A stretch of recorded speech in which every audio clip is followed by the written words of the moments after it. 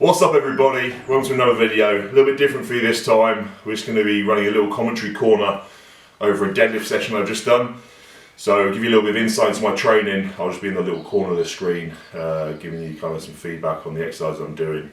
Full deadlift and full lower body day coming up next.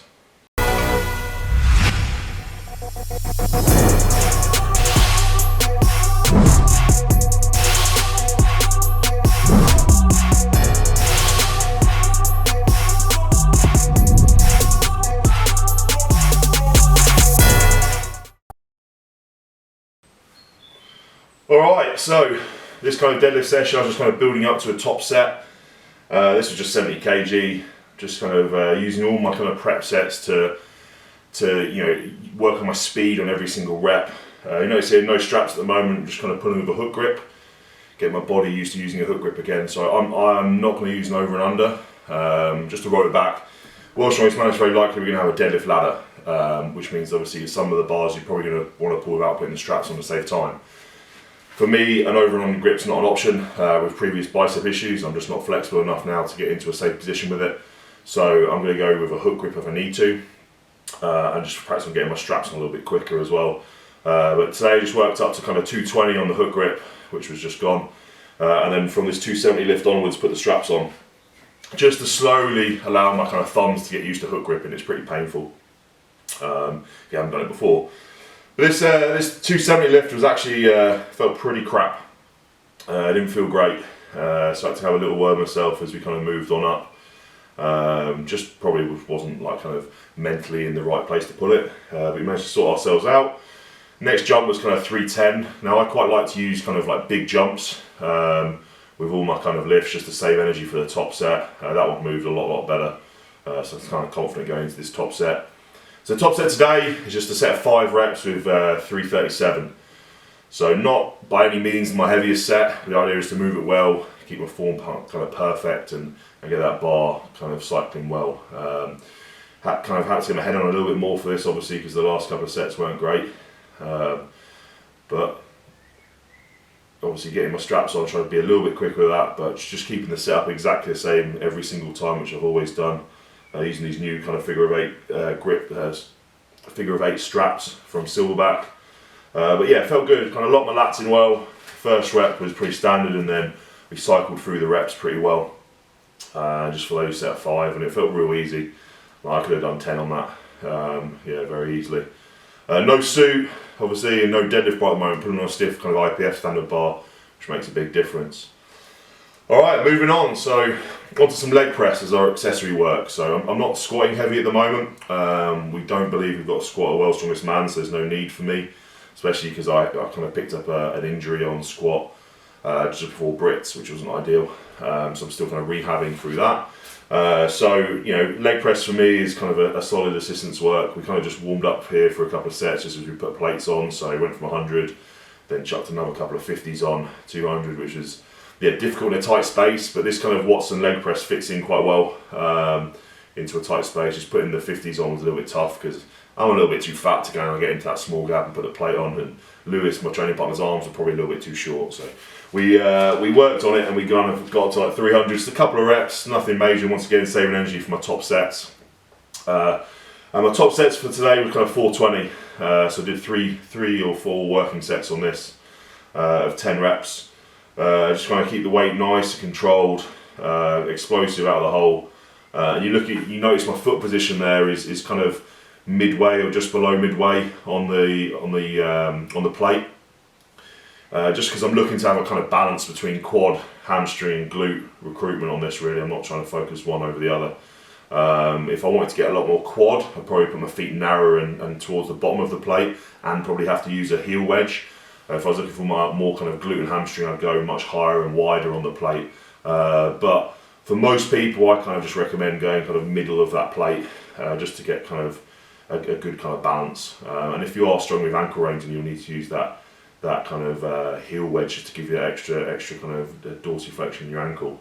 But yeah, 3 sets. This is the third set on kind of the 420. All moving well, nice easy weight. The idea is to progress this over the next couple of weeks just to work up in some bigger weights, but at the moment reps are quite high. We're still a little bit further out from World's Strongest Man. Alright, moving on to some glute ham raise here. And oh, there goes me app. Quick, get that back on, moving on to see how bored I'm getting. Yeah, using the band, I'm a little bit heavy at the moment for glute ham raises. I haven't done them for a while, so I like to add the band just to take a little bit of weight off the bottom of the movement, just kind of give me a break. But glute ham raise, you guys don't know, is what I would class as a more knee dominant hamstring exercise. Obviously you've got hip dominant, knee dominant for the hamstring. For example, a stiff leg deadlift would be a hip dominant hamstring exercise. A leg curl would be kind of like the ultimate kind of knee dominant hamstring exercise. But obviously I don't have a leg curl, so I'm using the glute ham raise. I think it's a fantastic exercise, good bang for your buck.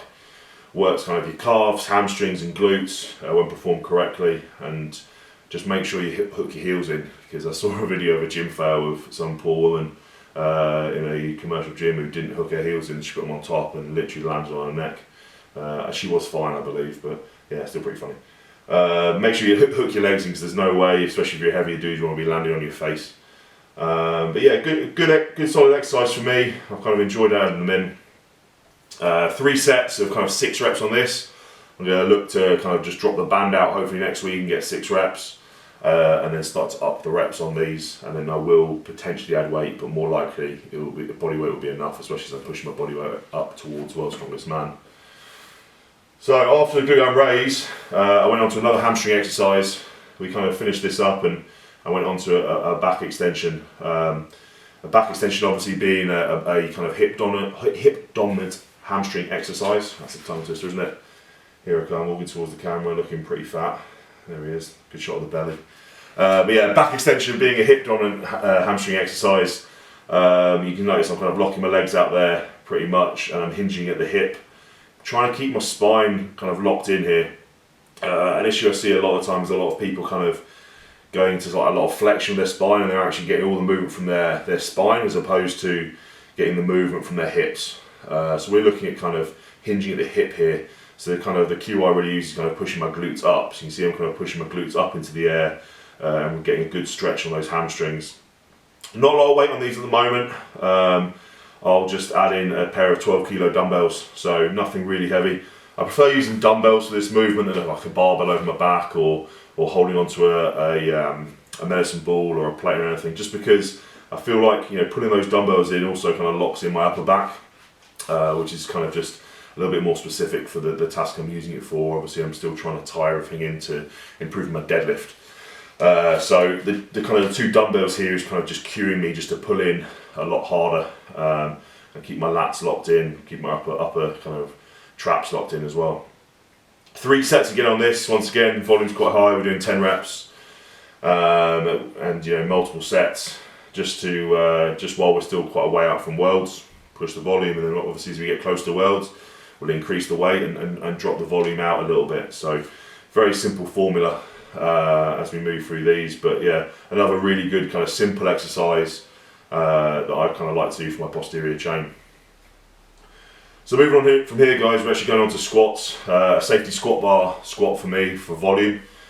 So I'm actually doing these just as kind of a finish at the session, just basically working up on my kind of 20 rep set, but a couple of warm-up sets just with obviously 75 and then up to 125 as well, just to get a couple of reps. And we're pretty warm by this point, we've done quite a bit of work.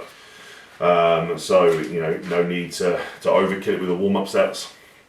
But this safety bar is actually quite a tough one. It kind of like sits and pulls, or kind of pushes into your kind of shoulders quite a bit.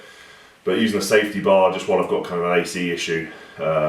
And also with the safety bar, it kind of sits a little bit higher in your neck, which makes it a lot harder to kind of like in terms of your core. So it works your core a lot harder, makes you really hold an upright position.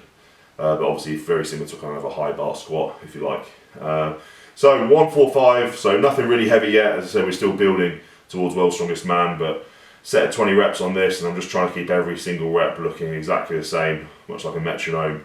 Not a massively wide stance, but I've got my weightlifting shoes on here, just to give me that slight bit of heel elevation and a nice solid base to squat from, which is massively important for me. I like a nice stable ankle position, and I'm a narrow stance squatter, I'm not wide, but oh, that one went a little bit forward and I'm starting to cramp a bit, but never mind. Finish off, last 2 reps, and we're finishing up on the squats.